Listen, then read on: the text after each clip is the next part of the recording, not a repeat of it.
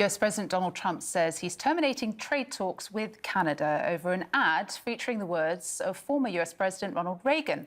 Ontario's provincial government released the ad with audio from Reagan's 1987 speech, where he said tariffs hurt American workers and consumers and triggered fierce trade wars. In a social media post, President Trump called the ad fake and announced the end of negotiations. Canada has agreed to allow up to 49,000 Chinese electric vehicles into the Canadian market, with the most favored nation tariff rate of 6.1%. This is a return to the levels that existed prior to recent trade frictions.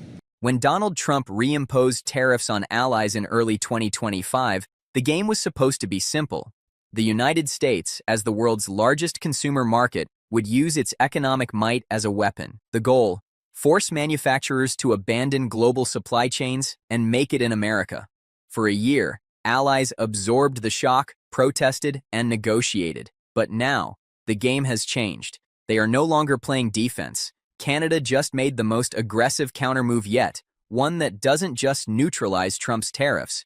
It flips them into a weapon against the United States. It's expected that within 3 years, this agreement will drive considerable Chinese investment in Canada's auto sector, creating good careers in Canada and accelerating our progress towards a net zero future and the auto industry of the future. In a major policy speech on February 5th, Prime Minister Mark Carney unveiled a sweeping multi-billion-dollar plan to rescue and reinvent the Canadian auto sector.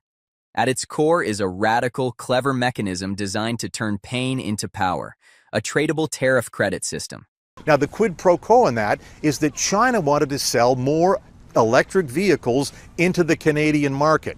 The Canadian market is not going to be wide open to Chinese EVs, but the Carney government has agreed to allow 49,000 Chinese electric vehicles to be exported to Canada. So that's the cap, 49,000. Here's how it works. Automakers like Toyota and General Motors that continue to build vehicles in Canada will earn credits based on their production. Those credits become a new form of currency. A company can use them to wipe out the retaliatory tariffs Canada placed on US-made vehicles. Or they can sell those credits to a competitor who wants to sell American-made cars in Canada without paying the full tariff wall. The message to boardrooms in Detroit, Tokyo, and Seoul is brutally clear. Build in Canada or pay someone who does. This isn't a minor subsidy tweak. It's a structural overhaul of the trade playing field. Carney paired this with a massive $3 billion strategic investment fund, a new super deduction that makes Canada's tax rate on new investment significantly lower than America's, and aggressive new consumer incentives. This marks a historic pivot. For decades, Canadian auto policy was an extension of Detroit's, a branch plant economy tied to U.S. corporate strategy. Carney's plan declares that era over. It is a blueprint for industrial sovereignty. But this raises the pivotal, explosive question that should be causing panic in the White House. In trying to force the world to build in America, has Trump just handed Canada the perfect legal and financial toolkit to lure those very factories north of the border instead?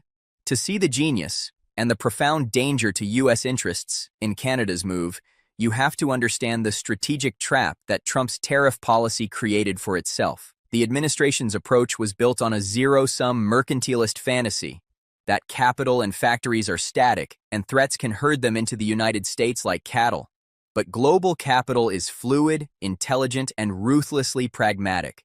It goes where the returns are highest and the risks are lowest. Trump's tariffs did one thing brilliantly. They massively increased the risk and cost of operating integrated North American supply chains.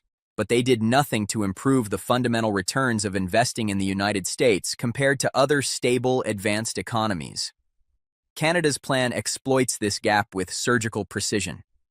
It doesn't start a trade war.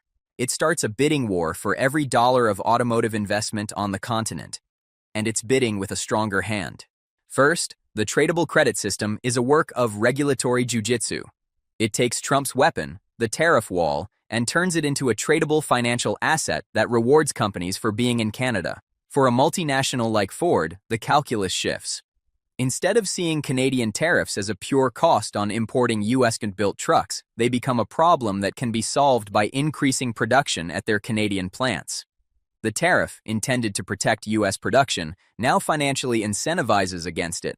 Second, the tax advantage is a direct, unemotional punch. Carney's productivity super deduction aims to drop Canada's marginal effective tax rate on new investment to 13%, over 4 percentage points lower than the United States. This isn't a temporary gimmick. It's a long-term signal to corporate CFOs. When combined with the credit system, the message is, you will keep more of your money if you build here. Third, the consumer incentive carve-out is a masterstroke of industrial policy disguised as climate action. By offering up to $5,000 for Canadian-made EVs and nothing for most imported ones, Canada creates a captive, subsidized domestic market for vehicles built in its own factories. This guarantees a sales floor for any company that moves production north. It's a powerful demand-side pull to complement the supply-side push. This three-pronged strategy reveals the core miscalculation in Washington. The Trump administration believed allies like Canada had no choice but to concede. They were seen as dependent, vulnerable, and ultimately compliant.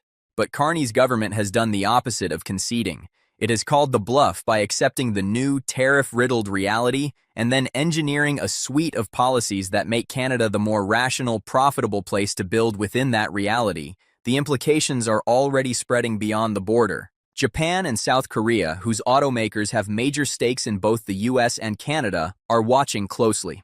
For Toyota, which has significant plants in Ontario, the Canadian package presents a tantalizing option. Shift marginal new investment for North American production to Canada, use the credits to manage tariff costs, and access the subsidized Canadian EV market.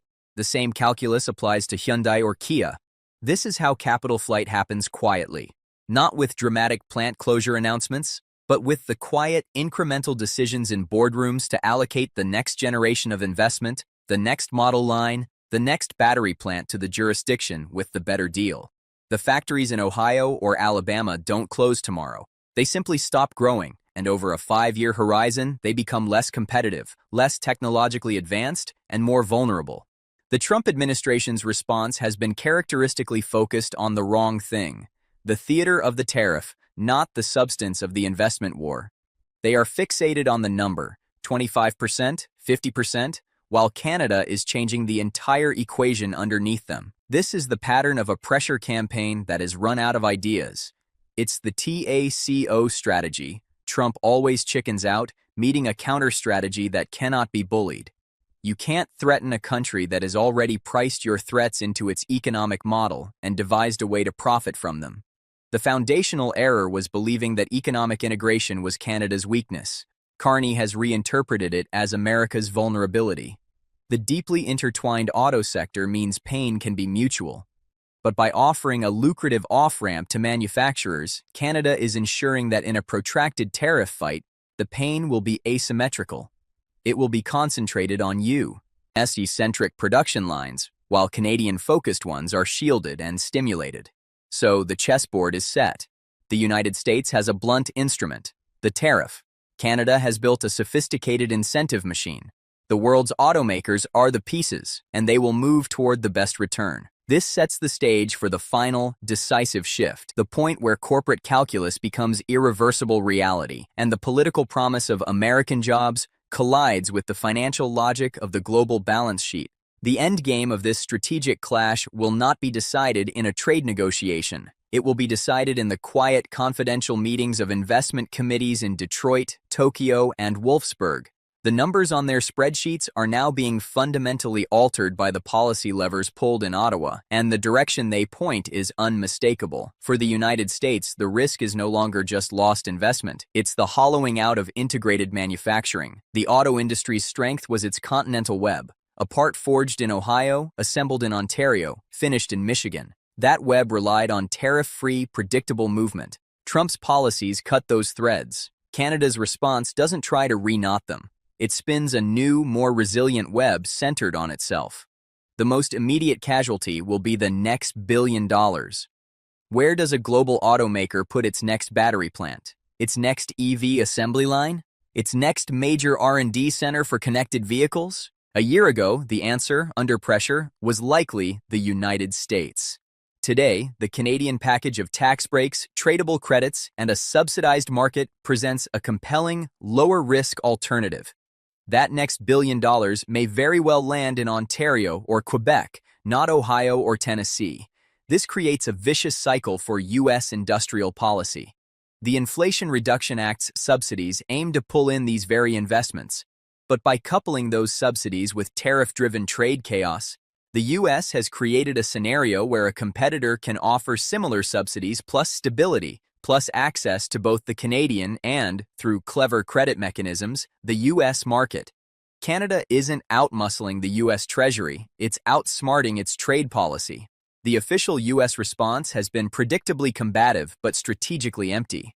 There are mutterings about unfair subsidies and potential WTO cases, the same old playbook. But this misses the point entirely.